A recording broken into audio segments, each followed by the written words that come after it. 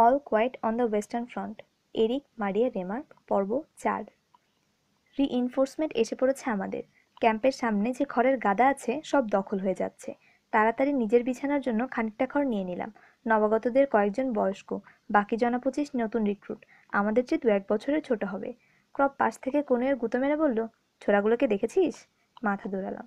শার্টের ওপরে বোতাম খুলে দিয়ে বুক টান করে পা চালালাম নতুন রিক্রুট পরিদর্শনে। 2 হাত প্যান্টের পকেটে। ভাবখানা আমরা যেন প্রস্তর যুগের 2 অভিজ্ঞ সমর বিশেষজ্ঞ। কাটও যোগ দিল আমাদের সঙ্গে। রিক্রুটদের দেখলাম, খাচ্ছে ছেলেগুলো। কাট বলল, ভালো কিছু অনেকদিন খেতে পাওনি নিশ্চয়ই? একটা ছেলে চেহারা বিকৃত করলো। ব্রেকফাস্টে শালগমের রুটি, লাঞ্চে শালগমের স্টু, সাপারে শালগমের কাটলেট আর শালগমের সালাদ। শীষ বাজালো কার। শালগমের রুটি? ভাগ্য ভালোই বলতে হবে। কাঠের গুঁড়োর রুটি হলেও কিছু করার ছিল না। মটরশুঁটি চলবে নাকি? চলবে না মানে? হাসলো কার। তাহলে মেসটিন নিয়ে আমার সঙ্গে এসো। আমরাও কৌতূহল নিয়ে অনুসরণ করলাম ওদের। নিজের ঘরের জাজিমের তলায় রাখা বড় এক বাটির অর্ধেকটা ভরা বিফ আর বিন বের করলো কাট। ওটার সামনে সে এমনভাবে দাঁড়ালো যেন এক জেনারেল।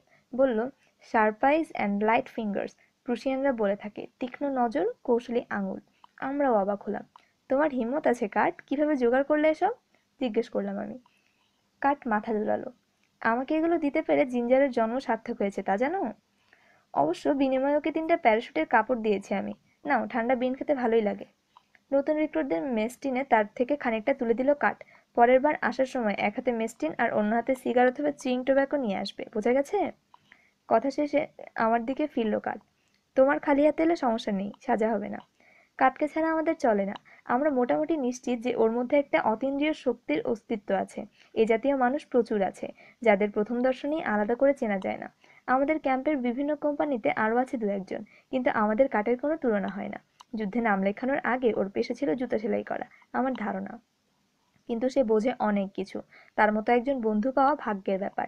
আমি, ক্রপ, হাইওয়েজ সবাই বিষয়টা মানি। এরকম একবারের কথা বলি, এক রাতে অচেনা এক জায়গায় নামিয়ে দেওয়া হলো আমাদের। পুরোনো আর পরিত্যক্ত দালান, কোনো এক সময় কারখানা ছিল। রাতটা আমাদের সেখানে থাকতে হবে। ভেতরে বিছানা আছে অথবা বাঙ্ক। ওপরের আড়ার সঙ্গে ঝোলানো মোটা তারের বাঙ্ক। তার উপরে আর কিছু নেই। ওপর থেকে কিছু না বিছিয়ে বসা যায় না। বসলে মাংস কেটে বসে যাবে। গায়ে দেওয়ার জন্য কম্বল ছিল সঙ্গে, সেটা বিছানা হলে সমস্যা থাকে না। কিন্তু তাহলে গায়ে দেবো কি? ওদিকে পাল্লা ভাঙা জানালা দিয়ে হু হু করে ঠান্ডা বাতাস ঢুকে হাড় মজ্জা কাঁপিয়ে দিচ্ছে। ভেতরের অবস্থা দেখে হাইওয়েস্টের দিকে ফিরল কাট। তুই আমার সঙ্গে আয়। অন্ধকারে বেরিয়ে গেল ওরা। প্রায় আধা ঘন্টা পর ফিরল। একই সঙ্গে একটা পরিচিত খসখস শব্দও কানে এলো আমাদের। 2 হাতে পাজা করে খড় নিয়ে ফিরেছে ওরা। কোত্থেকে পেয়েছে কে জানে। সেগুলো তারের বাঙ্কের ওপর বিছিয়ে দিতেই বেশ আরামে শোয়ার ব্যবস্থা হয়ে গেল। অবশ্য নাক ডেকে ঘুমানোর আগে পেটের আগুন ঠান্ডা করাটাও জরুরি ছিল। প্রচণ্ড খিদে ততক্ষণে আমাদের নাড়িভুড়ি হজম হওয়ার জোগাড় হয়েছে। এক আর্টিলারি সৈনিকের কাছে কব জিজ্ঞাসা করেছিল, ধারে কাছে কোনো ক্যান্টিন পাওয়া যাবে?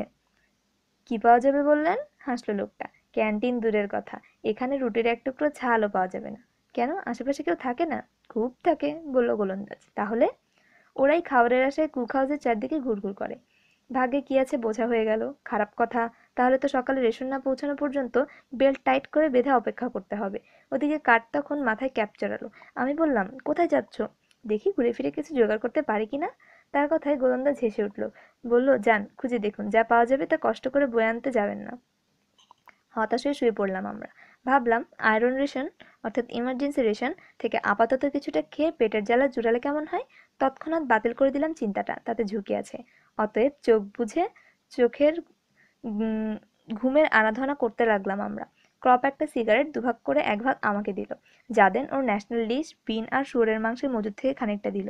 ব্যাটাদের নিয়ে আর পারি না আমি। কাজের ফাঁকে গজগজ করতে লাগলো। হাজারবার বলেছি আলু, মটরশুঁটি, মাংস আলাদা আলাদা রান্না না করতে, সব একসঙ্গে রান্না করতে। আলাদা রান্না করতে গিয়ে খাবারের স্বাদই নষ্ট করে দেয় ওরা। একজন কেউ খেপে উঠল। বলল, মুখ বন্ধ না করলে জাদেনকে খাবারের মধ্যে গেড়ে ফেলবে। সবাই চুপ মেরে গেল। শ্বাস-প্রশ্বাস আর সিগারেটে টান দেওয়ার শব্দ ছাড়া কোনো শব্দ নেই। মুখে তালাচাবি মেরে বসে থাকতে গিয়ে 2 চোখে ঘুম জড়িয়ে এসেছিল প্রায়। আচমকা দরম করে দরজা খোলার শব্দে ভয়ে প্রায় লাফিয়ে ওঠার দশা হলো। চোখ মেলে দেখি দরজায় দাঁড়িয়ে আছে কাঠ। ওর 2 বগলে মস্ত বড় 2 রুটি আর হাতে ঘোড়ার মাংস ভর্তি একটা বালুর বস্তা। ওটা থেকে রক্ত ঝরছে ফোঁটা ফোঁটা।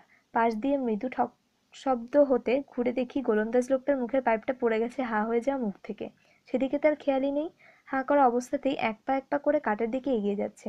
আসলে ওর কাছে গিয়ে একটা রুটি স্পর্শ করলো। আসল রুটি? কোনো মতো উচ্চারণ করলো। এখনো গরম? কার্ড ব্যাখ্যা করলো না ওগুলো সে কোত্থেকে জোগাড় করে এনেছে। আমরাও কেউ তা নিয়ে মাথা ঘামালাম না। খাবার কিছু জোগাড় হয়েছে সেটাই বড় কথা। আমি এখন আগের চেয়েও বেশি নিশ্চিত যে কাঠকে যদি ধুধু মরুভূমিতে নিয়ে খালি হাতে ছেড়ে দেওয়া হয়, তারপরও সে মদ, কিছু শুকনো খেজুর এবং ঝলসানো দুম্বার মাংস এনে হাজির করতে পারবে। বলবে এর কি বেশি কিছু আর পেলাম না। কিছু কাঠ জোগাড় করো তো। হায়ের দিকে ফিরে বলল কাঠ, মিটিমিটি হাসছে। কোটের নিচ থেকে একটা ফ্রাইং প্যান বের করলো, পকেট থেকে বেরোলো খানিকটা লবণ ও চর্বি। এরপর কয়েকটা ইট কুড়িয়ে এনে তা দিয়ে চুলো তৈরি করা হলো। হাই কাঠ জোগাড় করে আনতে আনতে চুলো ধরালো কাঠ। শুরু হয়ে গেল রান্নার কাজ। আমরা যে যার বিছানায় বসে থাকলাম রান্না কখন শেষ হয় তার অপেক্ষায়। একসময় গোলন্দাজের দিকে চোখ গেল। দেখি আগের চাইতে খানিকটা বড় হয়ে গেছে তার হা। পড়ে যাওয়া পাইপ তোলার কথা মনে পড়েনি। এখন সেটা মাটিতে গড়াগড়ি খাচ্ছে। এই হলো আমাদের কাঠ। ওর প্রতিটা ইন্দ্রিয় আমাদের তুলনায় অনেক অনেক বেশি সজাগ, অনেক বেশি সতর্ক। বাতাসে খাবারের গন্ধ পায়। যদি কোথাও খাবার লুকিয়ে রেখে কাঠকে বলা হয় খুঁজে নিয়ে এসো, ও ঠিকই খুঁজে আনতে পারবে। এমনভাবে আনবে যাতে মনে হয় খাবারের কোথায় লুকানো ছিল ও আগে থেকেই জানতো। এসব ক্ষেত্রে কখনো ব্যর্থ হয় না সে। ক্যাম্পের রৌদ্রোজ্জ্বল অংশের এক চিলতে খোলা জায়গায় বসে আছি।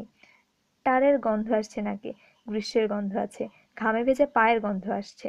কাঠ আমার পাশে বসেছে, মন ভালো নেই। স্যালুট কিভাবে করতে হয় আজ দুপুরে 1 ঘন্টা ধরে সেই ট্রেনিং দেওয়া হয়েছে আমাদের। যাদের এক মেজরকে স্যালুট করেছিল কিন্তু সেটা নাকি ঠিক হয়নি, তাই এই শাস্তি। কাঠ একসময় মুখ খুলল, ক্ষুব্ধ কণ্ঠে বলল, আমার কথা শোনো। ঠিকমতো স্যালুট করতে শিখিনি বলেই যুদ্ধে হেরে যাচ্ছি আমরা। ক্রপ ঘাসের উপর হাঁটাহাঁটি করছে খালি পায়ে। মোজা ধুয়ে ঘাসের উপরে শুকোতে দিয়েছে। একটু দূরে ক্রপ আর হাই এটা সেটা নিয়ে কথা বলছে শুনতে পাচ্ছি। যুদ্ধে ভেবে হওয়া উচিত নয়, বিজ্ঞার মতো বলল ক্রপ। যেসব দেশ যুদ্ধ করতে চায় সেগুলোর মন্ত্রী আর জেনারেলদের লাঠি দিয়ে বধ্যভূমিতে পাঠিয়ে দিতে হবে। পরিবেশ হবে উৎসব মুখর, ষাঁড়ের লড়াইয়ের মতো। দর্শকেরা টিকিট কেটে ভেতরে ঢুকবে লড়াই দেখতে। যে পক্ষ জয়ী হবে সেই পক্ষকেই যুদ্ধে বিজয়ী ঘোষণা করা হবে। চিন্তা করে দেখো তো, তাহলে কত সহজ হয়ে যায় যুদ্ধের ব্যাপারটা। লোকও মরল কম, আবার ঝামেলাও মিটে গেল তাড়াতাড়ি। আমাদের মতো নিরীহ মানুষ যেখানে অহেতুক মরবে না। ক্রপ হঠাৎ করে লোন রেলওয়ে জংশনের প্রসঙ্গ তুলল। আমরা যাতে লোন জংশনে ট্রেন বদল করতে গিয়ে হারিয়ে না যাই, কর্পোরাল হিমেস্টস সেজন্য আমাদের ব্যারাক রুমে প্র্যাকটিস করাতো। শেখানো হতো ব্রাঞ্চ লাইনে পৌঁছতে হলে আমাদের একটা সাবওয়ের ভেতর দিয়ে যেতে হবে। যার যার বেড ছিল তার তার সাবওয়ে। আমাদের বেডের বাম দিকে অ্যাটেনশন হয়ে দাঁড়িয়ে তাকাতে হতো। একসময় কর্পোরালের নির্দেশ আসতো, লোহার জংশনে জায়গা বদল করো। অমনি বিদ্যুৎ গতিতে আমরা কাঠের তলা দিয়ে ওপারে চলে যেতাম। আমরা ঘন্টার পর ঘন্টা এই প্র্যাকটিস করতাম। আমাদের মাথার উপরে একটা জার্মান প্লেনকে আঘাত করলো শত্রুর গোলা। ধূমকেতুর মতো শাসা করে নিচের দিকে ছুটল ওটা। লেজে আগুন জ্বলছে। কালো মোটা ধোঁয়ার রেখা ক্রমাগত নামছে ওটা। তারপর চোখের আড়ালে চলে গেল। পোস্টম্যান হিমেলস্টস নিশ্চয়ই অন্য ধরনের মানুষ ছিল, হয়তো একটা ভেজা বিড়াল। আমি বললাম, তাহলে ড্রিল করানোর সময় মাস্তানি করে কেন? অন্যরা নড়েচড়ে বসলো। ওদের চোখে মুখে কৌতূহলের ছাপ দেখে বুঝলাম এতক্ষণে একটা প্রিয় বিষয় পেয়ে আগ্রহী হয়ে উঠেছে। শুধু হিমেস্টস নয়, সবাই এক পদের, বলল ক্রপ। যতক্ষণ সাধারণ আছে ততক্ষণ সবাই ভেজা বিড়াল থাকে। তারপর ইউনিফর্ম শার্টের আস্তিনে একটা স্ট্রাইপ বা স্টার যোগ হলেই তারা অন্য রকম হয়ে যায়, যেন কংক্রিটের দলা খেয়ে এসেছে।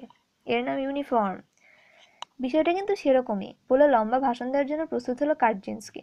তবে গোড়ার বিষয়টা কিন্তু অন্যখানে। ধরো তুমি একটা কবুতরকে প্রতিদিন আলু খাওয়া প্র্যাকটিস করাচ্ছ। কিছুদিন এভাবে চলার পর একদিন এক টুকরো মাংস রাখো ওটার সামনে। রাখলেই দেখবে ওটার উপর ঝাঁপিয়ে পড়েছে, কারণ কুকুরের স্বভাবই তাই। সেক্ষেত্রে ব্যাপারটা বলতে গেলে এই একই রকম। মানুষ আসলে মনে মনে পশু, ক্ষমতা হাতে পেলেই রুটিতে মাখন লাগায়। আর্মি এর ওপরেই চলে।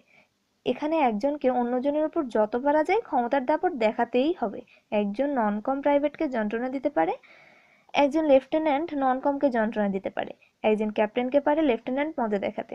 তারা যেহেতু জানে তারা এই কাজ করতে পারে, তাই তারা তাতেই অভ্যস্ত হয়ে যায়।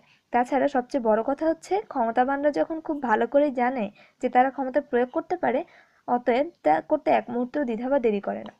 ধরো দুপুরের কাঠফাটা রোদে ঘন্টাখানেক প্যারেড করে ক্যাম্পে ফিরছো। শান্তিতে জিভ বেরিয়ে পড়েছে। এমন সময় অফিসার নির্দেশ দিল আনন্দের গান ধরো। ওই অবস্থায় গলা দিয়ে কেমন গান বেরোবে বুঝতেই পারছো। কাজেই গান পছন্দ না হলে আবার অবধারিতভাবে প্যারেডে ফিরে যেতে হবে। এর কারণ কি মনে হয় তোমাদের? কারণ একটাই, কোম্পানি কমান্ড্যান্টের দৌড় ওই পর্যন্তই। এই জন্য তাকে দোষ দেওয়া দূরে থাক, সিনিয়ররা বরং পঞ্চমুখী প্রশংসা করবে। এটা খুবই সাধারণ একটা অভিযোগ, তবে বেশিরভাগ ক্ষেত্রে এরকমই ঘটে। একমাত্র সেনাবাহিনী ছাড়া আর কোনো পেশায় এরকম কোনো ঘটনা ঘটতে পারে? বলতে পারবে এরকম আরেকটা পেশার নাম? আমি জানি পারবে না, কারণ পাবলিকের সঙ্গে এরকম ঘটনার চেষ্টা করা হলে যে করবে তার নাক আস্ত থাকবে না। এসব কেবল সেনাবাহিনীতেই চলে, নিয়মে দাঁড়িয়ে গেছে এটা। আরেকটা জিনিস খেয়াল করে দেখবে, যে যত নিচু অবস্থান থেকে এসেছে তার আচরণ ততই খারাপ দেখতে পাচ্ছি আমরা। কিন্তু ওরা যে বলে এসব ডিসিপ্লিন রক্ষার স্বার্থে করতে হয়, সত্যি? খেয়ে গিয়ে উঠল কার্ড। ওরা তাই বলে বটে, কিন্তু ডিসিপ্লিন বজায় রাখতে হলে ক্ষমতার অপব্যবহার করতেই হবে এমন কথা কোথাও নেই। যে কৃষক, যে কামার, যে শ্রমিক নিজের পেশা ছেড়ে যুদ্ধে যোগ দিতে এসেছে, সে যুদ্ধের কিছুই জানে না। তাকে ট্রেনিং দেওয়ার সময় তোমার উচিত তাকে বোঝানো যে আসল বিষয়টা কি, কিন্তু তাকে করা হচ্ছে। নতুন যেই আসে তাকে গম পেশার চাকের মধ্যে ফেলে কিছুদিনের জন্য ঘষা মাজা করে যুদ্ধক্ষেত্রে পাঠিয়ে দেওয়া হয়। ওখানে গিয়ে তার নিজেকেই ঠিক করে নিতে হয় কোনটা সঠিক কোনটা বেঠিক। এসবের জবাবে পাল্টা কিছু বলার মতো খুঁজে পেলাম না, চুপ করে বসে থাকলাম। হঠাৎ চোখ পড়ল জাদেনের ওপর। দেখি ছুটতে ছুটতে আসতেছে, উত্তেজনায় নাক মুখ লাল হয়ে উঠেছে। জানিস, কাছে এসে হাঁপাতে হাঁপাতে বলল, হিমেলস্টস আসছে ফ্রন্টে, রওনা হয়ে গেছে এতক্ষণে। হিমেলস্টস লোকটার উপর সবচেয়ে বেশি খ্যাপা জাদেন। আমাদের সবার উপরেই একসময় অত্যাচারের স্টিম রোলার চালিয়েছে লোকটা, তবে সবচেয়ে বেশি চালিয়েছে ওর ওপর। রাতে ঘুমের মধ্যে বিছানা ভিজিয়ে ফেলার অসুখ ছিল জাদেনের। ব্যাপারটা একদিন কিভাবে যেন টের পেয়ে যায় সে। হিমেস্টসের ধারণা ছিল জাদেন আলসেমির কারণেই এটা ঘটে থাকে, তাই এর একটা উপযুক্ত প্রতিকার করার জন্য ব্যস্ত হয়ে ওঠে সে। খুঁজে পেতে কাছের ইউনিট থেকে কিন্ডারভেটার নামে আরেকজনকে নিয়ে আসে জাদেনের সঙ্গে শোয়ার জন্য। সেও রাতে বিছানা ভেজাতো। আমাদের তারের জালের বাংটা ছিল দোতলা। জালের ওপর তোশক চাদর বিছিয়ে একজন ওপরে ঘুমায় আরেকজন নিচে। ঠিক করে দেওয়া হলো প্রথমে রাতে জাদেন ঘুমাবে ওপরে, অন্য ছেলেটি নিচে।